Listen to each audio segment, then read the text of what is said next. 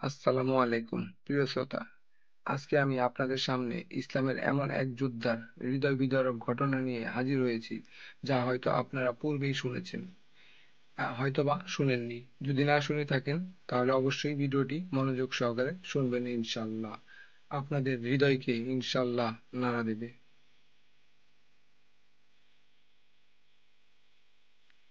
কোনো কোনো মৃত্যুই নিছক নয়, তা হয়ে ওঠে ইতিহাসের ছায়া, আস্থার প্রতীক, আর অমরত্বের এক চিরন্তন গন্ধ। আজকের এই পর্বে আমরা জানব এমন একজন মহান সাহাবীর মৃত্যুর গল্প, যার জীবনীতে ছিল কেবল বিজয়, ছিল বীরত্ব, ছিল ভয়হীনতা। তবুও জীবনের শেষ অধ্যায়ে তিনি কাঁদছিলেন।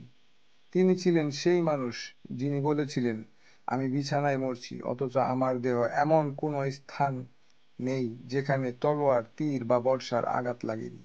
আফসোস, আমি শহীদ হতে পারলাম না। হ্যাঁ, আমরা কথা বলছি সেই মহান বীরের, যাকে রাসূলুল্লাহ সাল্লাল্লাহু আলাইহি ওয়াসাল্লাম ঘোষণা দিয়েছিলেন, নিশ্চয়ই সে আল্লাহর তরবারি। একজন সাহাবী যিনি ইসলামের শত্রু থেকে পরিণত হন ইসলামের রক্ষক, যার নেতৃত্বে পারস্য রোমান সাম্রাজ্য কেঁপে উঠেছিল। কিন্তু তার মৃত্যুর সময় কেউ যুদ্ধের দামামা বাজায়নি, কোনো তরবারি ঝনঝন করেনি, শুধু কেঁদেছে এক ধ্বংসপ্রবণ হৃদয়, যে চেয়েছিল শহীদ হয়ে রাসূলুল্লাহ সাল্লাল্লাহু আলাইহি ওয়াসাল্লামের সঙ্গী হতে।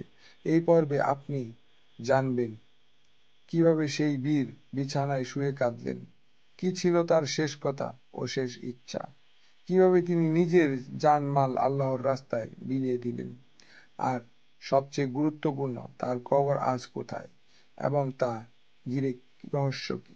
এই গল্প শুধু ইতিহাস নয়, এটা এক আত্মার জ্বলন্ত আকুতি, এক বীরের শেষ আর্তনাদ, যা আজও বাতাসে ঘুরে।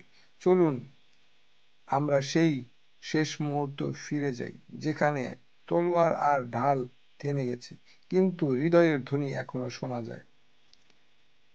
একটি হৃদয় ছোঁয়া আখ্যান, যা বদলে দিতে পারে আপনার দৃষ্টিভঙ্গি, আপনার জীবন। সাদা ক্যানভাসে ভেসে আসা ধ্বনি। এই পৃথিবীতে এমন কিছু মানুষ আছে যারা যুদ্ধ করেন শুধু অস্ত্র দিয়ে নয়, তারা যুদ্ধ করেন বিশ্বাস দিয়ে, ভালোবাসা দিয়ে, ঈমান দিয়ে। আজ আমরা কথা বলবো এমন এক মহামানবের বিদায়ের গল্প, যিনি মৃত্যুর আগ মুহূর্ত পর্যন্ত আফসোস করেছিলেন, আমি বিছানায় মরছি, এটা কি আমার জন্য সম্মানজনক। তিনি ছিলেন সাইফুল্লাহ খালিদ রাদিয়াল্লাহু তাআলা আনহু, একজন যোদ্ধা, একজন রণকৌশলী, একজন সাহাবী, আর একজন মানুষ যার অন্তর কাঁপত আল্লাহর প্রেমে। ইসলামের ইতিহাসে একে একে পারস্য, রোমান, মুসাইলামার বাহিনী ধ্বংস হচ্ছিল তার নেতৃত্বে। তিনি হারেননি একটিও যুদ্ধ, ৬০টিরও বেশি লড়াইয়ে অংশগ্রহণ করেছিলেন। কিন্তু কালের চাকায় এক সময় এমন এক মুহূর্ত এলো, যখন হযরত উমর রাদিয়াল্লাহু তাআলা আনহু খালিদকে সেনাপতি পদ থেকে অব্যাহতি দেন। ঐতিহাসিক মতভেদ থাকলেও কিন্তু সূত্রে বলা হয়, উমর রাদিয়াল্লাহু তাআলা আনহু চেয়েছিলেন মুসলমানরা যেন খালিদের উপর নয়, আল্লাহর উপর ভরসা রাখে। খালিদের জনপ্রিয়তা মুসলমানদের মাঝে এমন হয়ে দাঁড়িয়েছিল যেন তিনি অপথ্য। খালিদ প্রতিক্রিয়া ছিল চমৎকার, আমি যুদ্ধ করতাম আল্লাহর সন্তুষ্টির জন্য, উমরের জন্য নয়। তিনি মাথা নিচু করে সরে দাঁড়ান, কিন্তু কখনো অভিযোগ করেননি। তিনি এক সময় প্রতিদিন যুদ্ধ করতেন, তিনি আজ এক নির্জন ঘরে বসে সময় কাটান। শরীর ক্ষতবিক্ষত, প্রতিটি অস্থিতে রয়েছে ক্ষতের চিহ্ন। মৃত্যুর সময় ঘনিয়ে এসেছে, তখন খালিদ রাদিয়াল্লাহু তাআলা আনহু একা বসে পুরনো যুদ্ধে ফিরে যান মনে মনে। বদরের কথা মনে পড়েনি, কারণ তিনি তখন কাফিরদের পক্ষে ছিলেন। ওহুদের কথা মনে পড়েন, যেখানে তিনি মুসলমানদের পেছন থেকে ঘিরে ধরেছিলেন।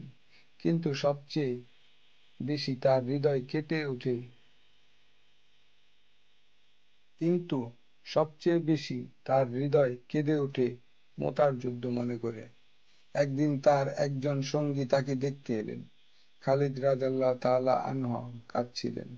সঙ্গী জিজ্ঞেস করলেন, আপনি তো কাঁদছেন কেন? আপনি তো এত যুদ্ধ করেছেন, কখনো কোনো যুদ্ধে হারেননি। তখন খালিদ রাদিয়াল্লাহু তাআলা আনহু বললেন, আমার দেহে এমন কোনো স্থান নেই যেখানে বর্শা, তলোয়ার বা তীরের ঘা নেই। তবুও আজ আমি বিছানায় মরছি, ঠিক যেন কোনো কাপুরুষ। এই বাক্যটি ইতিহাসে চিরস্মরণীয় হয়ে থাকে। এরপর তিনি বলেন, আল্লাহর কসম, যদি আমি যুদ্ধ করে মারা যেতে পারতাম তাহলে সেটা হতো শহীদ মৃত্যু। তিনি শহীদ হতে চেয়েছিলেন, কিন্তু আল্লাহ তাকে শহীদ করেননি। অনেক ওলামা বলেন, আল্লাহ তাকে জীবিত অবস্থায় সাইফুল্লাহ বানিয়ে দিয়েছেন। তাই তার মৃত্যু যুদ্ধক্ষেত্রে নয়, যেন তার সম্মান আরো জ্বলজ্বলে হয়। মৃত্যুর সময় খালিদ রাদিয়াল্লাহু তাআলা আনহু তার মালিকানাধীন সবকিছু দিয়ে দেন আল্লাহর প্রতি। তিনি তার পরিবারের জন্য কিছুই রেখে যাননি। তার শেষ কথা ছিল, তোমরা ইসলামের পতাকা উঁচু রেখো। আমার তরবারি, আমার ঘোড়া যেন কিয়ামতের দিন সাক্ষী দেয় আমার রণক্ষেত্রে।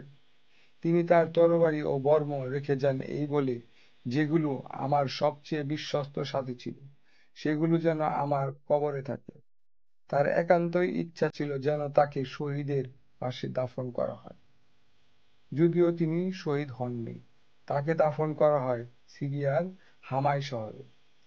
খালিদ রাদিয়াল্লাহু তাআলা আনহু একজন জীবন্ত ইতিহাস, একজন বীর, একজন চিন্তাবিদ, একজন অন্ধকারের জ্বলে ওঠা মশাল। তিনি আমাদের শিখিয়ে গেছেন, আল্লাহর জন্য লড়াই মানে শুধু তরবারি চালানো নয়। আল্লাহর জন্য লড়াই মানে নিজের অহংকার ত্যাগ করে তার রাস্তায় জীবন উৎসর্গ করা। আজকের যুগের তরুণরা যদি তার জীবনী পড়ে, তবে তারা বুঝবে, মুক্তি আসে শুধু অস্ত্র দিয়ে নয়, আসে আত্মনিয়ন্ত্রণ, ন্যায় ও আল্লাহর সন্তুষ্টির মাধ্যমে। বন্ধুরা, খালিদ রাদিয়াল্লাহু তাআলা আনহুর গল্প শুধু ইতিহাস নয়, এটা এক জীবন চেতনা যা আমাদের হৃদয়ে আগুন ধরিয়ে দিতে পারে। আপনিও একদিন মারা যাবেন, এবং আমিও। কিন্তু প্রশ্ন হলো, আমরা কি রেখে যাব দুনিয়ায়? প্রিয় দর্শক, আজ আপনি জানলেন এমন একজন মানুষের গল্প, যিনি তলোয়ার দিয়ে কেবল শত্রু জয় করেননি, বরং নিজের অহংকার, নিজের কুপ্রবৃত্তি, নিজের নফস সবকিছু আল্লাহর সন্তুষ্টির জন্য জয় করেছিলেন। খালিদ ইবনে ওয়ালিদ রাদিয়াল্লাহু তাআলা আনহু আমাদের শিখিয়ে গেছেন, বীরত্ব মানে শুধু যুদ্ধ জয় নয়, বরং মৃত্যুর আগ মুহূর্ত পর্যন্ত নিজেকে আল্লাহর পথে রেখে যাওয়া। যদি তার কান্না আমাদের হৃদয় না নাড়ায়, তবে আমাদের আত্মা এখনো ঘুমিয়ে আছে। বন্ধুরা, আমরা আজ এক সাহাবীর মৃত্যু নিয়ে কথা বলেছি, কিন্তু এই মৃত্যু আমাদের জীবনে নতুন করে বাঁচার অনুপ্রেরণা দেয়। আপনি ভিডিওটি যদি আপনার অন্তরে আল্লাহর ভয়, ঈমান ও ইতিহাসের প্রতি ভালোবাসা তৈরি করে থাকে, তাহলে দয়া করে একটি লাইক দিন, কমেন্টে আপনার অনুভূতি জানান, শেয়ার করুন, যেন আপনার বন্ধু, পরিবার এই মূল্যবান শিক্ষাটি জানে। এবং অবশ্যই আমাদের চ্যানেলটি সাবস্ক্রাইব করুন, যেন এমন হৃদয়স্পর্শী ইসলামী ভিডিও নিয়মিত পেতে পারেন। ইসলামী ইতিহাস জানুন, অন্তর জাগ্রত করুন। আমরা ফিরছি আরো হৃদয় ছোঁয়া, জ্ঞান সমৃদ্ধ ভিডিও নিয়ে। আসসালামু আলাইকুম ওয়া রাহমাতুল্লাহ।